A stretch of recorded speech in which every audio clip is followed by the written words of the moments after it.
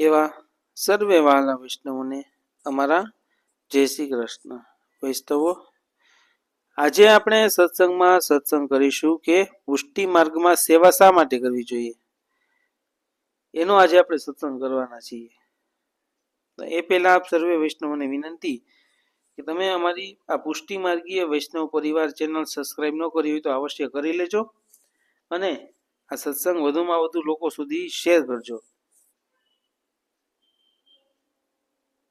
અમારા વોટ્સઅપ ગ્રુપમાં પણ ન જોડાયા હોય તો અવશ્ય જોડાઈ જજો. હવે આપણે શરૂ કરીએ કે પુષ્ટિ માર્ગમાં સેવા શા માટે કરવી જોઈએ. સેવા કરવાનું પહેલું કારણ એ કે આપણે જીવ આત્મા છીએ. જીવ આત્મા એ પરમાત્માનો અંશ છે. તે પરમાત્માથી છૂટો પડેલો છે. તો પરમાત્માને ફરી પ્રાપ્ત થવું એ એનું લક્ષ્ય છે. સેવા દ્વારા જ પરમાત્માની સિદ્ધિ પ્રાપ્તિ થાય છે. માટે આપણે સેવા કરવી જરૂરી છે. બીજું કારણ એ કે પરમાત્મા અને જીવાત્માનો સંબંધ સ્વામી અને સેવકનો છે. સેવકનું કર્તવ્ય સ્વામીની સેવા કરવાનું હોય, તેથી આપણે શ્રી ઠાકોરજીની સેવા કરવી જરૂરી છે.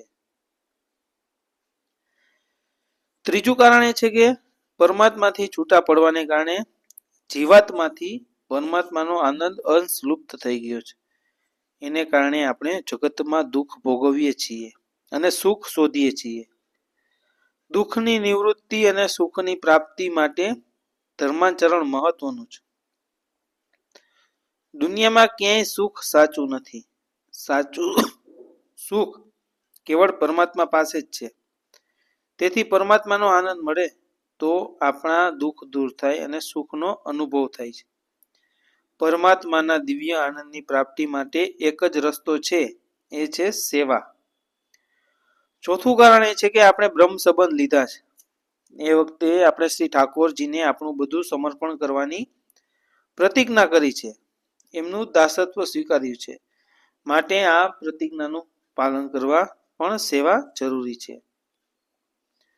પાંચમું કારણ એ છે કે આપણામાં અહમતા અને મમતા રહેલી છે.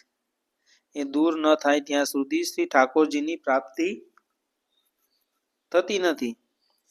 સેવા દ્વારા જ સરળતા અને સહજતાથી અહમતા મમતા દૂર થાય છે. માટે સેવા કરવી જરૂરી છે. છઠ્ઠું કારણ એ છે કે સેવા કરવાથી શ્રી ઠાકોરજીમાં સ્નેહ વધે છે. કારણ કે ચિત્તમાં અલૌકિક આનંદ રહે છે. ચિત્ત સેવામાં પરોવાથી દુનિયાના કલેશ ભજવતા નથી. જીવનમાં કોઈ સંઘર્ષ કે ચિંતા રહેતી નથી. જીવનમાં સુખનો અનુભવ થાય છે. માટે શ્રી મહાપ્રભુજીએ સેવા કરવાની આજ્ઞા કરી છે. તો આ હતું કે પુષ્ટિ માર્ગમાં સેવા શા માટે કરવી જોઈએ.